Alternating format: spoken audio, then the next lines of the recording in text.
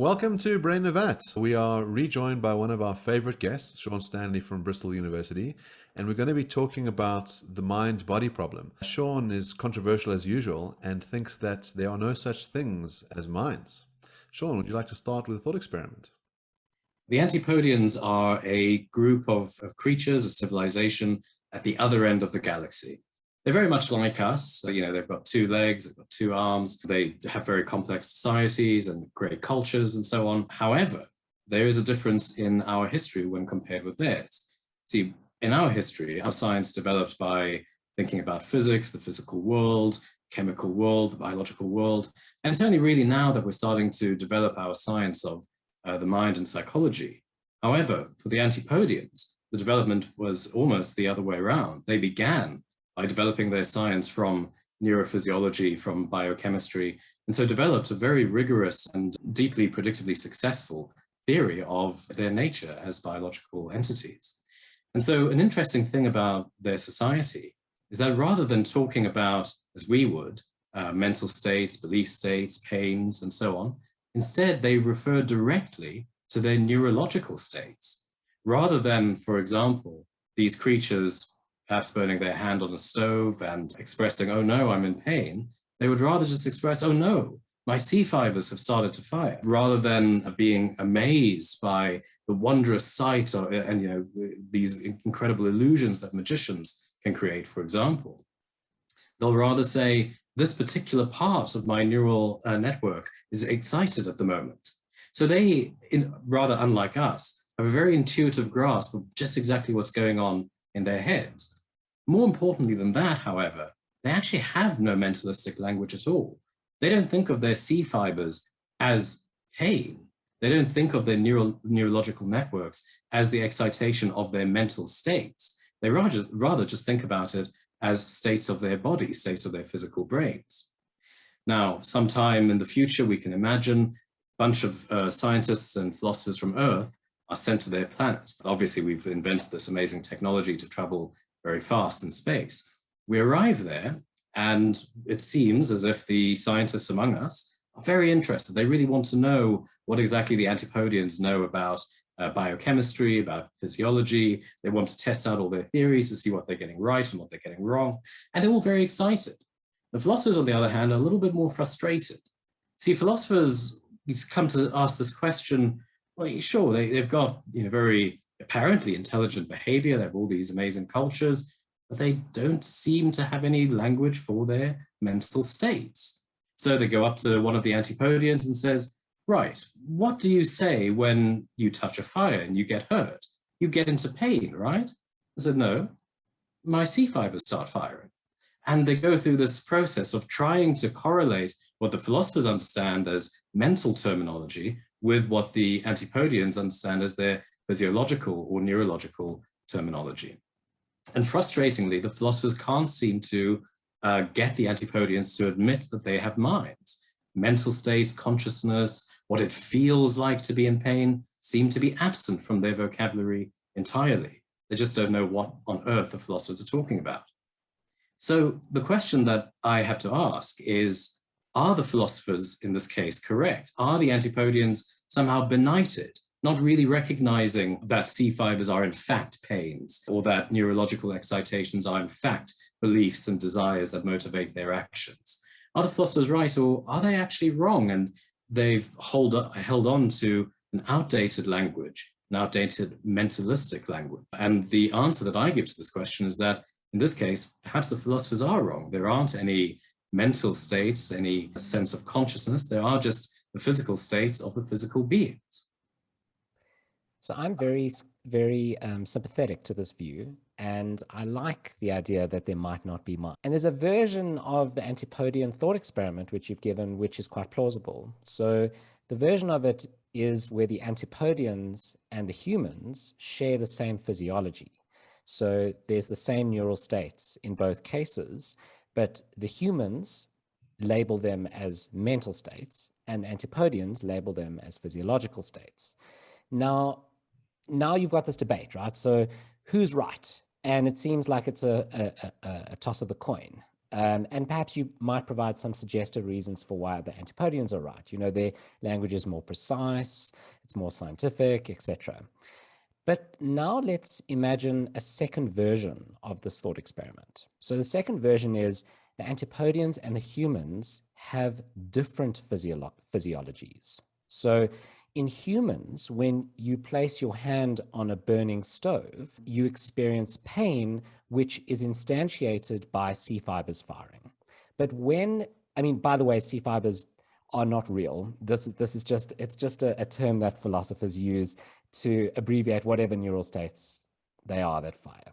But let's just imagine that in Antipodeans, which are shaped more like octopuses or octopi, when they stick their tentacle on the burning stove, or their equivalent of a burning stove, they don't have C fibers. Instead, they have inflation of the gills.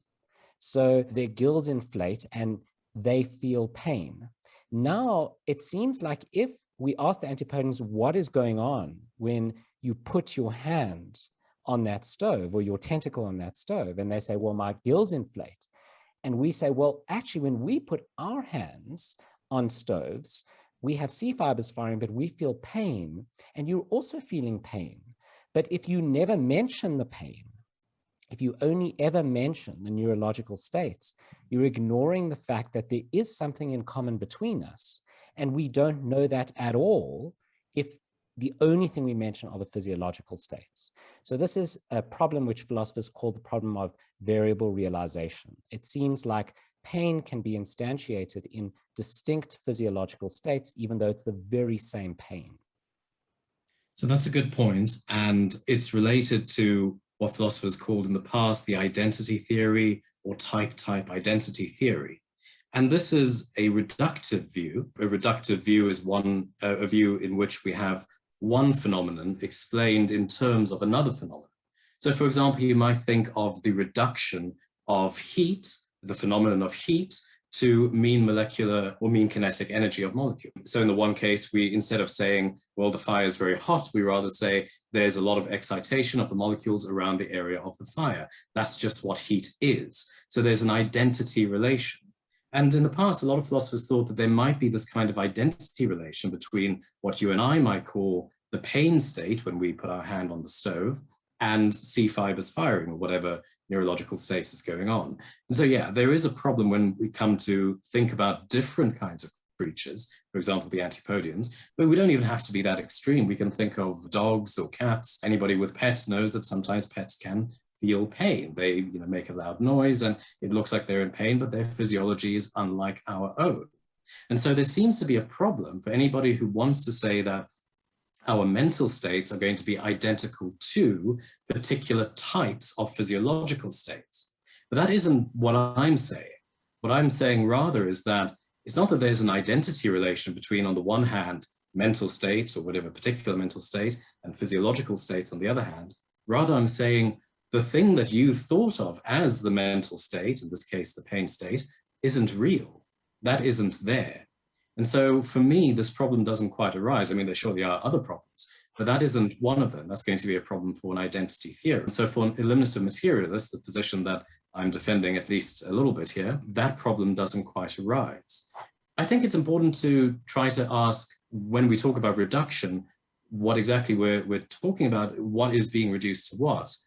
And for an eliminative materialist, and for a lot of people, a lot of philosophers at least, we think of mental state terminology, what people sometimes call folk psychology, as its own kind of theory, a theory that is used to explain human behavior. So for example, I shall take a sip of my water. This is a kind of behavior, and you may want to explain why Shaun has behaved in that way.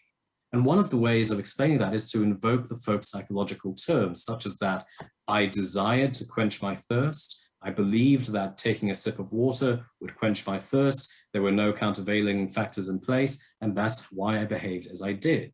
So we use these mentalistic terms to explain behavior. And the question is whether those terms can be reduced to neurophysiological terms. The identity theorist says, yes, they can, and we've just seen a problem with that. And I say, no, they can't be, because there aren't such mental terms at all. That theory is not a referring or good theory.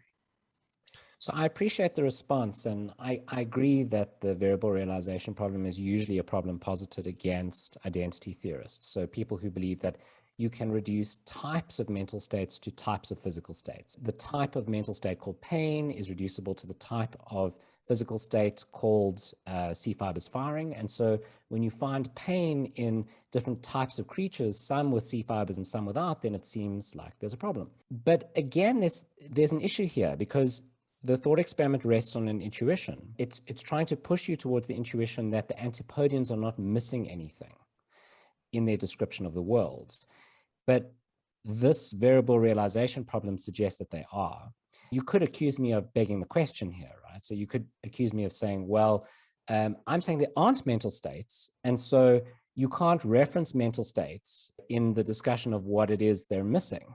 But I could accuse you of begging the question against me begging the question, because the intuition is that these human philosophers are able to view what is happening with the Antipodeans in a way that adds something extra, which is important, which is that they feel the same way as the humans do when they stick their tentacles on a fire, as humans do when they stick their hands in the same fire, even though there's different physiological states involved. And the human philosophers can tell you what that thing is that's in common. It's pain, right?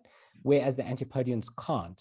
There's just a lack in their description of the world. They are right that there's C fibers firing when humans do it, that there's something else when Antipodeans do it. But it seems like they're missing something. And the variable realization problem does suggest that. I suppose that there are two routes down which we can go. I think we should explore both of them. The one is going to be to adopt a functionalist point of view, in which we'll take mental states, or your description as mental states, to denote functional states. In other words, we'll take mental terms like being in pain to denote states which occur from a particular kind of stimulus that enter into a particular internal set of circumstances and that result in particular behavioral outputs. So for example, we don't need to identify being in pain with the firing of C fibers or anything like that in human physiology. We could rather say that pain is just that state you go into when your flesh is stimulated in the correct kind of way, you have hot surfaces on your nerve endings, you go into whatever is going on into your head, and you produce some kind of statement, ouch, I'm in pain, this really hurts, there's some behavioral output. So we can see lots of mental states in that way. For example, this is a pen, your audience now sees a pen or have heard my description that there's a pen, and now they are put into a state, the state as of being exposed to a particular stimulus. If you were to ask them a question, what object is Shaun holding? They would likely answer something like, well, he's holding a pen, or there's a physical object in his hand. We don't have to see mental states as particular states of a human brain. We could rather see them as functional states.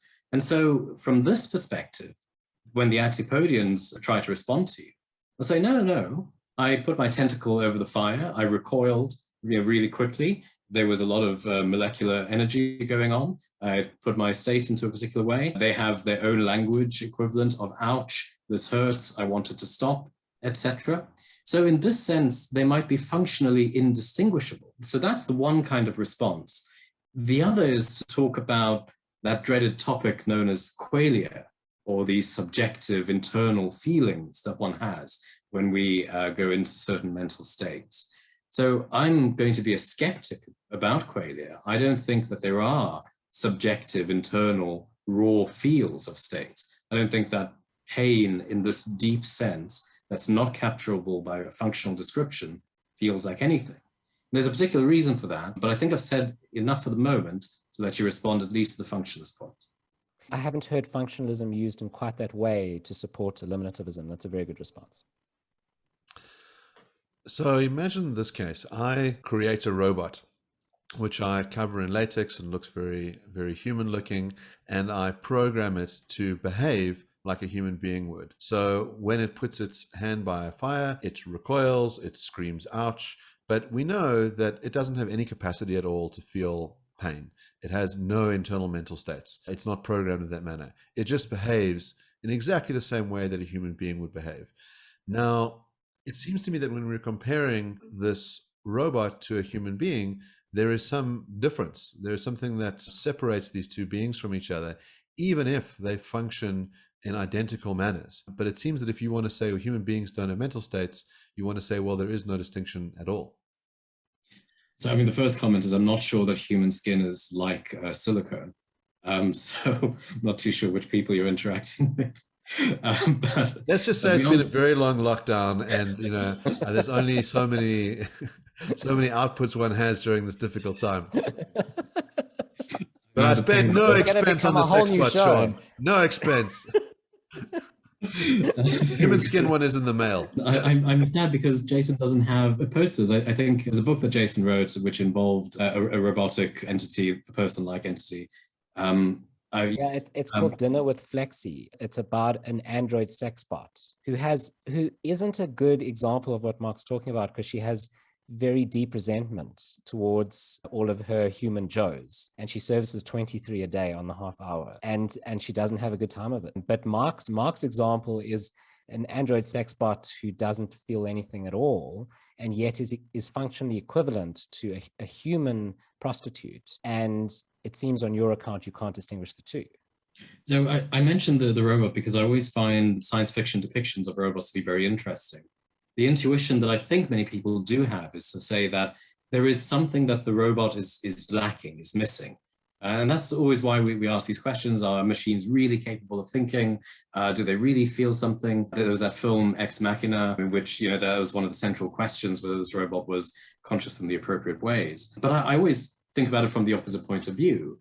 Human beings are like very fleshy robots. We are incredibly complex machines. And if you really were to create a robot with the level of the degrees of freedom that humans have, the level of complexity that we have, I don't think that there's anything missing. Replace the silicon chips and the electrical wiring with neurons and veins and all of that, and I think that you have an identical person. And so the question really then becomes, can we see other human beings as, if not experiencing mental states, at the very least as entities with thought, entities that are capable of feeling in some sense? I think the answer to that question is obviously yes, in some sense of that term, to be discussed in a bit. But so I'm unmoved by the example of the robot, because if the robot really is programmed in the ways to respond exactly like a human being would respond, the fact that they are made of silicone chips and metal and whatnot is really just immaterial in a sense. It doesn't really make a difference. They are functionally like others, and there's no way of distinguishing between the two. I'm not too sure why we would think the robot doesn't feel in the same way that the human does, given that they have the same complexity. Let's think about the different versions of the robot that we make. The first one just functions in the same manner as a human being, in other words, behaviorally. And the question is, if I've done that, have I really created a sufficient person? I don't need to do any further work. Or do I need to continue doing the programming where there are these internal felt responses? In other words, when the robot recoils, it thinks to itself, I'm recoiling because that is an unpleasant sensation and I don't want to experience it. Or is the mere act of recoiling sufficient? Now, those two versions of the robot, from the outside perspective, are identical. But if you think that the one is more human than the other, that you could be doing more to copy humanity through the second version of the robot, well, then you've got to admit that there's something more than functionalism going on with human beings. One part of the issue is what we are counting as part of behavior. Because if we count verbal responses and whatever responses we might give to questions and interviews and whatnot as part of behavior, then between your complexly designed robot and me, it's very difficult to tell one apart. After all, I have recently picked up a bad habit. I have a fire here. I could put my hand over it and say, ouch. You could ask me, Shaun, what happened? What went on? I'll say, well, I was put into a state of alert. There was a sensation that I appeared to have. I wanted it to stop. Is that what you would say, Shaun? Exactly in that way is what I would say. Gosh, you must be quite something in bed. It's like, how was that for you? Well, I was put into a certain physiological state 372 where there were certain inputs and outputs. Oh, there were a lot of inputs and outputs, that's for sure. My goodness. And it makes it all the worse that we're filming this with my bed behind me. So, Very strategically placed pillows there, Shaun. oh goodness, yeah, lockdown has indeed been difficult. So, I mean, would I respond in that way? No, perhaps I try to jazz it up. There'd be sexy music playing in the background and so on. But the essence of my response would stay the same. I went into the state. I wanted to recoil. It felt unpleasant, and whatever that feeling of unpleasantness is, presumably the robot could respond in a very similar way. Now, you can keep pushing back and say, but surely there's something that the robot is missing. And here's where I'm going to introduce what I think is a chief problem for people who want to talk about what you're talking about, which is normally referred to as qualia or raw feels or the phenomenal character of our sensations. The problem as I see it is that when we describe things, when we use words or language at all, since language is a social phenomena, notwithstanding Jason's remarks, all of our terms are third person accessible. In order for you to understand what I'm saying or to understand what I'm trying to reference, there has to be some means by which you could also see it or experience it or interact with it in some way. However, when it comes to these internal phenomenal feelings, these qualia, there's no real way of describing what's going on in a language which is accessible to a third person, accessible to you. I could claim, and many people do claim, that they have these internal sensations, that there's a difference between me and the robot and so on. Ask them to describe what is the difference, and they will give you an answer, if any, in functional terms. So I wanted to recoil from the fire because it was hot. It was unpleasant to me. I wanted it to stop, etc. And these are all terms that we're all familiar with, but terms that a robot could, if they really wanted to, or if we programmed it to, provide in response. So yeah, we can keep pushing this idea that there is something missing from the robot, but I think that you're going to have a hard time describing what it is beyond using the label raw feels or qualia. And this, I don't think, is enough to warrant my acceptance that there really are these qualia. I think it's a clever objection to qualia. I actually haven't heard that one either. So yeah, very interesting defense of this position. I have an alternative objection to you. So part of the Antipodean thought experiment that you started with, part of the presumption is that we have two competing theories about human behavior, right? So we've got the Antipodeans saying the best theory of the way people behave is through describing their physiological brain states, their brain states. So if you want to understand why someone is behaving the way they do, you don't have to cite things like reasons or desires or beliefs.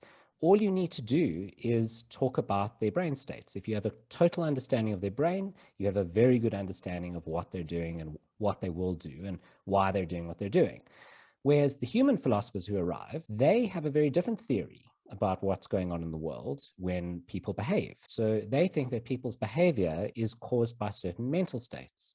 They think that the reason I lift this glass of water and drink is because I believe that there's water in this glass that will quench my thirst, and I'm thirsty, and so I have a reason to drink, and I drink. Antipodeans won't say that. They'll say, well, I have neurological states 476 and 982, and together they produce this behavior of drinking. Now, question is the view that there are mental states, and citing those mental states in our behavior, in explaining our behavior, is that a theory at all? Now, it seems like when it comes to citing brain states to explain things, that is a theory because it could be falsified, right? So one of the criteria that many people accept for theories is that they must be falsifiable. It's Popper's falsifiability thesis. So this idea that, well, one day we could discover that actually the Antipodeans are wrong. It's not mental state 46, it's not physiological state 462, it's 463 that I had. So they could be wrong, right? But it seems like I can't be wrong about certain mental states that I claim to be in. So if you stick a needle in me and I say, ouch, and you say, well, what are you feeling? And I say, pain. And you say, no, you're not. You're not in pain. And I say, no, I am in pain. I believe I'm in pain. I feel the pain, the qualia of pain, as you put it. But let's put qualia aside for a moment. I say to you, I believe I'm in pain. It seems like that's sufficient to be in pain. It seems like the mere belief that I'm in pain means I must be in pain, provided I'm holding that belief sincerely. So that seems to contradict this idea that the mental state theory is a theory at all. It seems to suggest that it's something else, because theories are falsifiable, but certain claims within the mental state theory, but within the psychological theory, are not falsifiable. I think that's a really, really good point. I've got three responses, and we'll try follow them. The one is that I think it's important that we are able to distinguish between folk psychology as a theory about human action or human behavior, and how it is we might go about explaining our mental lives, or at least making sense of our mental lives. Because the two they're not always the same. For example, economists want to explain the behavior of people in the market. They want to explain why certain things become more demanded, why supply chains stop or fail or don't, etc. And that really is an attempt to explain mass human behavior on a large scale. And there they can make use of people's desires and what they most want, what things will give them the most utility, etc. And I think that there's a way of talking about mental states in a purely explanatory way for explaining behavior. So we can put that to the side for the moment, so that even if there are these unfalsifiable elements of folk psychology, there is also the falsifiable or potentially falsifiable part. Now to the unfalsifiable part, I think I have two further responses. The one is that when you talk about pain, I'd like us to think about the tribe. I think this thought experiment comes from Daniel Dennett, this imaginary tribe of people who don't have mental states in the way that you and I understand them. Rather, they have fatigues. So when you get pricked by a pin, you'll say, ouch, I'm in pain. And you'll say, there's a pain in my hand or whatever. But when members of this tribe, say, for example, get pricked by a pin, they don't say they're in pain. They rather say, oh, I'm experiencing fatigue. And to the question, where's the fatigue? They'll say the fatigue is in my hand. Now, you and I understand the term fatigue in a very different way to these people. And so we can ask the question, are they really right about being in fatigues or having fatigue? Much the same way that we can ask, are you really right that you are in pain? So we can see that part of this response is to see pain or belief or desire or hope or wish as an item from our culture, a way in which we've been enculturated to think about whatever is going on when we interact with the world. You have been enculturated to think that when you experience a pinprick, you're in pain. They've been enculturated to think that when they experience a pinprick, they have fatigue. Who is right between those two positions? It's not obvious, right? But what is clear, I think, is that one or both could be wrong. There might not be fatigues. Ditto, of course, we can think about a more elaborate example of where people thought that forms of psychosis were examples of demonic possession. They might see somebody behaving in a very strange way, maybe behaving violently, and they might say, well, why are they doing that? And they'll say, well, I'm possessed by the devil. I have to do this. We don't think that they were possessed by the devil. We think that they could be wrong. They were possessed by the devil. But the surety that they have that they were being demonically possessed is very much like the surety that you have when you say you're in pain. Ditto for the people who are experiencing fatigue. So that's the one kind of response, but the more humorous response is to, instead of talking about pain, talk about maybe the opposite, talk about love, right? We all, or at least most of us, want to find love and experience love and the joy and whatnot that happens. And sometimes we might imagine one of your friends, a close friend, says that they've fallen in love with someone else that they met at a party. They had this amazing time. It was a great dinner. And now they're in love with that person. They want to get married. You might say, no, man, you're not in love. You just had too much to drink. They could sincerely say that they were in love. They could really feel that they were in love. And yet we know from the outside they're not. They're intoxicated. They're mistaking their feelings of intoxication for feelings of love. And so it's not, the pain example is a vivid one. It can be weakened with the fatigues and other things, but it's not obvious that we are always infallible about what state we are in. What we are infallible about is that we are in some state. How exactly we describe what that state is, love, pain, fatigues, that is something we could be wrong about. Because of course, and this is part of the eliminativist position, folk psychology is a theory of what is going on inside us and other people. But so could the fatigue theory, so could the demonic possession theory. And just as the fatigues and the demonic possession could be wrong, so too could our folk psychology. I want you to think about someone who lacks the capacity to exhibit behaviors. So you've got people who've got locked-in syndrome. So the claim is that they have mental states, they have thoughts, they can have a whole series of desires, they can just do nothing about it.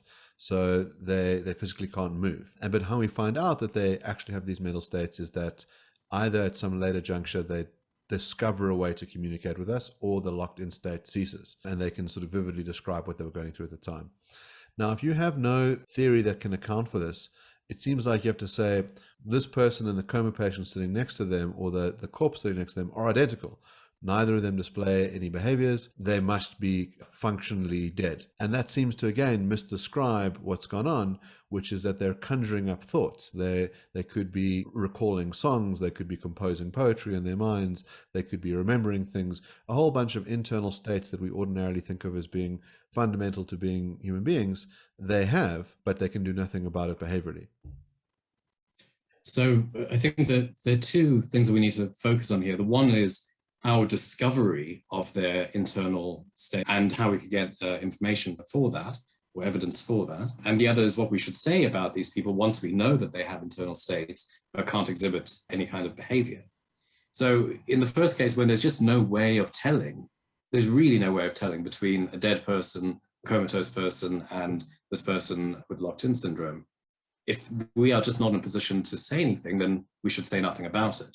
So the epistemic portion of the example, I think we should put to the side. Let's then just say, okay, we know we have some procedure for saying, or for detecting that they have internal states. Are they having thoughts, or are they having what we can now invent, cue thoughts? So thoughts are the sorts of things that you and I have been enculturated to think that we're having. Cue thoughts are what the Antipodians have, let's suppose. Now, they definitely have internal states. The question that a philosopher might ask is, what is the nature of those states? How do we best describe them? We can try to describe them using the items of folk psychology. They believe this, they want that, they desire the other. Or we could describe them in other terms, perhaps in neurological terms, as the Antipodians do. So what the eliminativist is saying is not that people don't have internal states, or they don't respond to stimuli, or they don't require certain things to keep living, or whatever. They're just saying that the way in which the folk psychologist describes these states is misleading, because folk psychological states are not part of a good theory. A better theory will come from neuroscience, so they say. I want to return to the love example. So the reason why it doesn't convince me, basically your argument is that we are fallible about some of the mental states that we can be in, right? So you're fallible about whether you're in love. You can say I'm in love, but actually you're intoxicated and you're not in love. And the next morning you'll realize that, and your friends can see so. But love is not a good example, right? Because love is not just a feeling. On most accounts of love, it's more than just how you feel. It includes some sort of reciprocal state on behalf of the other person, or some sort of state of affairs outside of you. And so it seems like love is not the right example. But if you were to redescribe that example in just the right way, I think the intuition would go against you.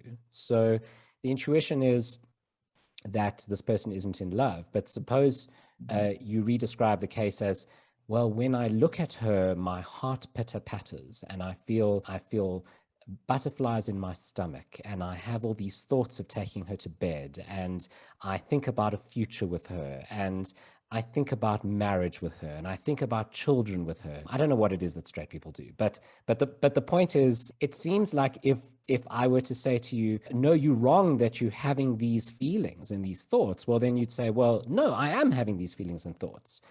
Does that amount to actually being in love? Well, perhaps not. And I could be wrong about that. But the reason I'm wrong about that is not because I'm fallible about my mental states. It's because I'm fallible about the way the world is and whether she reciprocates that and whether we will get married and have children and whatever it is that straight people do. So again, it's not the denial that somebody is undergoing these kinds of sensations. Of course, your heart flutters when you see her. You have all these fantasies about children and whatnot. Yeah, sure, we can say that there are things going on. The question is, how do we describe them?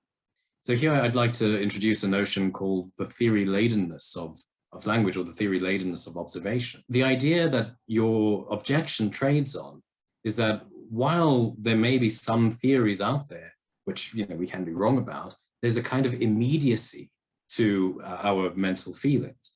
We don't have to infer from any other kind of evidence what it is that we are feeling. But this I don't think is correct, or at least I think there is a way of pushing back on it. Because, for example, we don't learn language, we don't come out of the womb knowing language. We have to learn language. And so what happens when, for example, the child, our imagined child, falls on the ground and they start weeping? The parent of the child will say, "Oh no, you have an ouchie on your leg," whatever they happen to say. And so the child learns to associate whatever is going on, whatever they're feeling, with an ouchie. And then they develop more sophisticated language and they start to say, "Oh, well, it's very similar to when I had an ouchie when I was younger. In fact, I'm in pain." And then we can start to associate pain. We learn to associate pain with things. It's uncomfortable. Some people get aroused by pain in certain ways, and so they learn to associate pain with certain kinds of pleasure. But we do learn this, and we learn to describe our internal states using this language. But it's not obvious that we have to use this language, or that this is the most economical or the best kind of language to use. The example that I found compelling is, I think, something that we've spoken about before: the inability to distinguish faces or to recognize faces. To me, faces seem like any other kind of physical object. There are lamps, tables, cups, and faces. And I would intuitively think that whatever part of my brain recognizes objects is the self-same part that can recognize faces. However, it's not the case. Facial recognition is a very particular part of the brain, and sometimes it can function, sometimes it can't, even though we can continue to recognize other objects. So we may talk about seeing things or believing what we're seeing, but that might belie the reality of what's going on in our head. Intuitively, it seems like recognizing objects is just one kind of thing for me, but actually it's not. The intuitive sense that I get that recognizing faces is just like recognizing other objects is certainly part of folk psychology. However, it turns out to not really be the correct way of thinking about what's going on in people's heads. And so in this way, the way that we're enculturated to think about our mental lives, we can realize that this enculturation process might have been different, and in certain details, it is in fact wrong. There seems to be a genesis problem here, right? So it seems like the first thing we do is we encounter our mental states that, okay, perhaps we've been enculturated to do so, right? We first encounter our mental states, and the case you gave is face blindness. So I happen to be face blind, unable to recognize people's faces. So I look at a face and I say, but I don't know who that is, right? And someone who's not face blind, who's neurotypical, says, "Well, what are you talking about, man? I mean, can't you see who that is? That's Shaun." And I say, "Well, I don't know who that is because Shaun got a haircut and now I can't recognize, and I would normally recognize haircuts." And it seems like I can describe what's going on in mental terms, right? Without referencing the fusiform gyrus, which is the part of the brain that is responsible for facial recognition. And long before we were aware of the fusiform gyrus and its role in this, people described the experience of being face blind. It seems impossible for the opposite genesis to be true. So it seems impossible that no one, that they would discover the fusiform gyrus is responsible for this first, and then only would people realize, "Oh, I'm face blind because my fusiform gyrus doesn't work." So I can imagine that could happen, but it doesn't seem the more likely route. So given that the discovery is through the psychological theory, doesn't that suggest that the psychological theory is somehow superior? Well, I mean, we can think now, I suppose, abstractly about physics. We have Newtonian mechanics, and that gets corrected with general relativity. We have an inaccurate theory being replaced by more accurate theory, even though the aspects of Newtonian mechanics that seem to work here on Earth and other terrestrial purposes continues to work more or less okay. So this is now a question about explanation. How much of our internal lives can we get to when we use folk psychological terminology? The answer that Lindisfarne gives is not as much as we might gain from doing away with the theory entirely and relying more heavily on neuroscience. So, I mean, you are right, like you being an English speaker, having grown up the way that you've grown up, this is how you came to recognize your face blindness. And, in the past, people could describe it well enough, but that doesn't mean that that is the best way of doing it, right? And it is still a theory. Right? I mean, we use the term blindness, and blindness or lacking of sight is also something that people would have to describe and start to see that some people couldn't, move across the room. Blind sight is another interesting phenomenon where people claim to be blind, but actually they are able to move through places without bumping into objects and so on. So there's a lot about our mental lives from the folk psychological perspective, which might more accurately be described using neuroscience. And what the eliminativist suggests is that at the end of the day, that is what is going to replace, supersede our folk psychological theories. Not that it has done so already, but they see it encroaching more and more, and that eventually in the future, it's going to happen. So earlier you referenced this term qualia, and Nagel has this famous thought experiment about a bat. You've got a bat navigating through a cave, and it's doing so without vision. It's doing so through echolocation. And so it's sending out this sonar, and it's bouncing back, and it's from this sort of device is able to move around the space. And there are blind human beings who echolocate. They like this, and they can sort of walk through forests. And there's a famous interview with a guy on a podcast called Invisibilia, where he describes what it is like to be this way, and how you have a kind of mental map of the world that's different from someone who is sighted.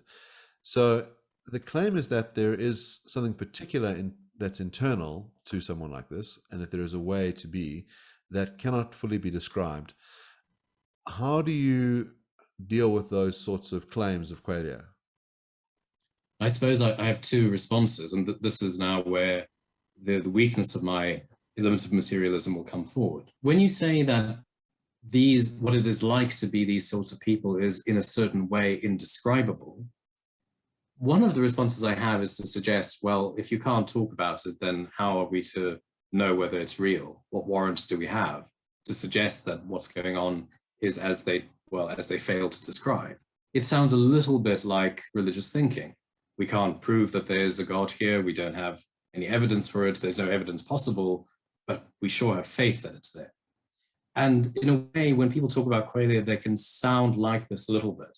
We can't describe it in the terms of respectable science. We can't describe it using our ordinary natural language. Even when we try really hard to think about how we might talk about this, let's say from a philosophical or phenomenological point of view, it's really difficult, but I promise it's there. That strikes me as maybe not a very good position to take, at least one which isn't easily defensible.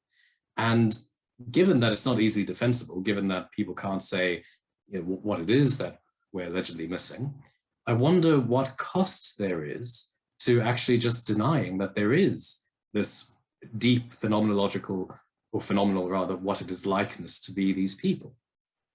I can describe to you in various ways what it feels like to be me. I've recently taken up smoking again, so I have the desire for a cigarette, so-called. It means that after this is done, I'm probably going to beg to go outside to have a cigarette. I'm feeling anxious, and the whole world is collapsing around me. And you can all sort of appreciate what it must be like to feel this way. When you're hungry, I've got a pit in my stomach, I could devour some great meal. I can give you some insight into what it's like to be me using the medium of our language. But if I tell you, apart from all of that, there's still something else, which I can't describe, but it is there, and it's what it's like to be me, then I think, well, you're not really talking about anything, are you? What is the cost of denying this? Beyond the nagging intuition that we have, I'm not sure if that there is one. I don't know if it was Nagel himself or Nagel's followers had a nice response to that, which is that these things are in principle describable, but not using the kind of language we would normally use to describe objective states. So the kind of language we would use to describe them is poetry or song. So the idea that I can describe what it's like to be in love using poetry, which other people resonate with when they're in love, even though that poetry, if you were to take it quite literally, is gobbledygook. You know, you might read a poem about a flea crawling across a woman's breast and think, well, that's quite literally taken, you know, it means nothing and seems to have nothing to do with love. But when you give it to a human to read, many of those humans say, oh, yeah, that really does describe love. I feel that and I resonate with that, and their skin tingles and they feel, as I say, a resonance. And Nagel can explain that. You can't. Now, I know what you're going to say, Shaun. I at least know one response that you might give. And the one response might be, well, that sounds a lot like religion, right? That sounds a lot like when people say, well, I felt the aura of God descend around me and I felt his holy presence inside me. And the atheist says, well, nonsense, you didn't. You know, that's just you saying you felt that. But in the God case, it seems that I could be wrong, right? I felt something, but I'm just wrong about what it is. I'm just wrong that it's the Spirit of God in me. Instead, it's something else. It's some other concoction of neural states and mental states, if I believe in mental states. But in the emotion case, the feeling of being in love or the feeling of pain or whatever it is that's conveyed by the poem, it seems, again, and I'm going to push this point, like I can't be wrong, right? It seems like when I say, yeah, man, this hits me in the feels, that I can't be wrong that that's happening. It's a very interesting rejoinder. I'll have a couple of responses to it. The one is conciliatory. And so let's put aside a little bit of an agreement package and just say, okay, sure, there are some things that objective science seems not to be able to account for, but yet appears to be part of people's lives or significant to them in some way. I'm comfortable with that. I'm comfortable with poetry being a realm of human occupation beyond the scope of science. But I think that what philosophers are interested in the philosophy of mind and psychology is to have a science of the mind. And so we're interested in explaining scientifically, hopefully, what is going on up here when we have all these feelings. So if you're saying, oh, you can't really do that in objective terms, but I have these great poems for you, then sure, you know, there's a reason that poets are still very popular. So we can leave that aside. But then I think that we've effectively ended the conversation about the philosophy of mind, and now we're really just engaged in aesthetics and stuff about which I'm happy to be agnostic. So that's the one. You know, maybe that's the truth. But the other one, which I guess I'd just like to explore to throw back out there, is to say, wouldn't it offend your intuitions on this point if, rather than interesting poems about, you know, these great warm fuzzy feelings, I instead wrote a poem about death and destruction and fires and the gnashing of teeth and weeping, and said this is what gave me the sense of love, and, you know, had a following of people who also resonated with this sort of violent poem and said, oh yeah, this is the feeling we get when we have love. Then doesn't that clash with your intuition that we are talking about love? I mean, surely we're just responding to poems in a different kind of way. But you don't seem to have the resources to say that. For you, if I say it's love, then it's got to be. Can't be wrong. I mean, this is interesting because this is the problem that psychoanalysis faces, right? So my response is going to be similar to a therapist's response. So my response is going to be, well, one of two. Either what you're experiencing is real, but it's not the same thing as what people are experiencing when they say they're in love, and it's described by the classic love poems, or you're experiencing some concordant emotion along with it, or you're experiencing some other subtype of it. And so, you know, they're going to start analyzing different types of feelings of love and different complexes around love. And then your response is going to be, but that's unfalsifiable. And I'm going to say, well, yes, it is unfalsifiable because that's the nature of psychological claims, but there's reasons why we might still think that it's valuable and good. And that's a whole other discussion, which actually Mark and I really want to have with another guest who's we want to get a therapist on, or a psychodynamic therapist, to discuss, these problems around psychological theories about people's behavior, which appear on the face of it to be unfalsifiable. Insofar as these theories are unfalsifiable and they have a bit of reputation as being that way, then we have left our original remit to try to develop a science of the mind. And I mean, look, as a pretty extreme naturalist, I'm prepared to say if that's the end of science, then there's simply no more that we can learn about the mind. Everything else is poetry and your responses to it. And I'm prepared to say I've then given you the total answer, the substantive answer, the knowledge answer as to what's going on up here. Consider there are other, parts of human existence which are interesting to look at from one perspective or another.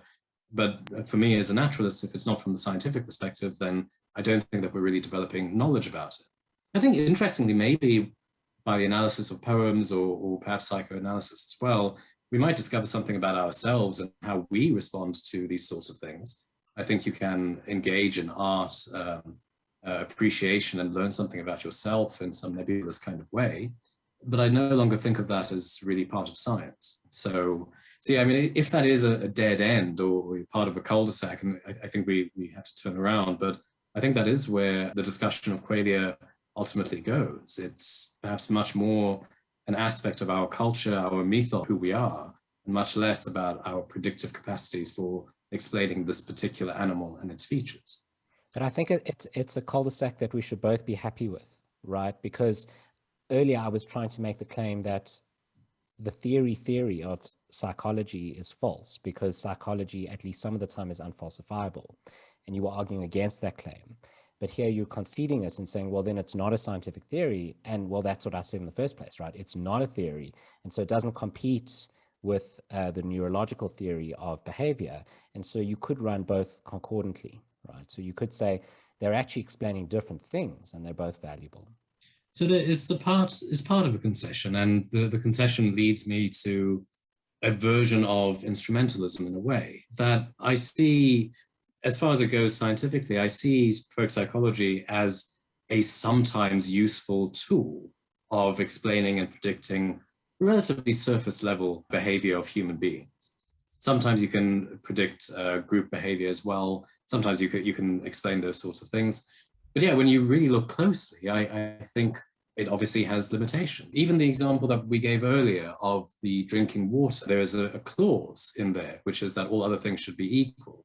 I wanted to quench my thirst. I believed there was a glass of water, and so I drank the water. But there's a clause there, all other things being equal, and it's not clear when or if all other things are ever going to be equal. For example, we may hypothesize somebody has countervailing beliefs or desires. They want to quench their thirst. They believe the water will quench the thirst, but they also have a religious commitment against drinking water on this particular day. So they didn't drink the water.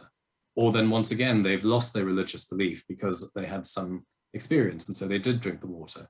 And on it can go, rendering the theory unfalsifiable. So this is why I sometimes describe myself as an instrumentalist. I think that the folk psychological terms may at times be useful. And we've seen some application of what that is, but there are moments at which, at least scientifically, I don't think it's useful. And at these moments, I think we may have to descend to a more fundamental level, that provided by neuroscience. So if I understand your position, part of it is to say that throughout human history, we have developed this very rich metaphorical language to try and understand ourselves, and we've created this notion of mental states. And it's the same kind of thing like Newtonian physics. In other words, it was close enough. It was aiming in the right direction.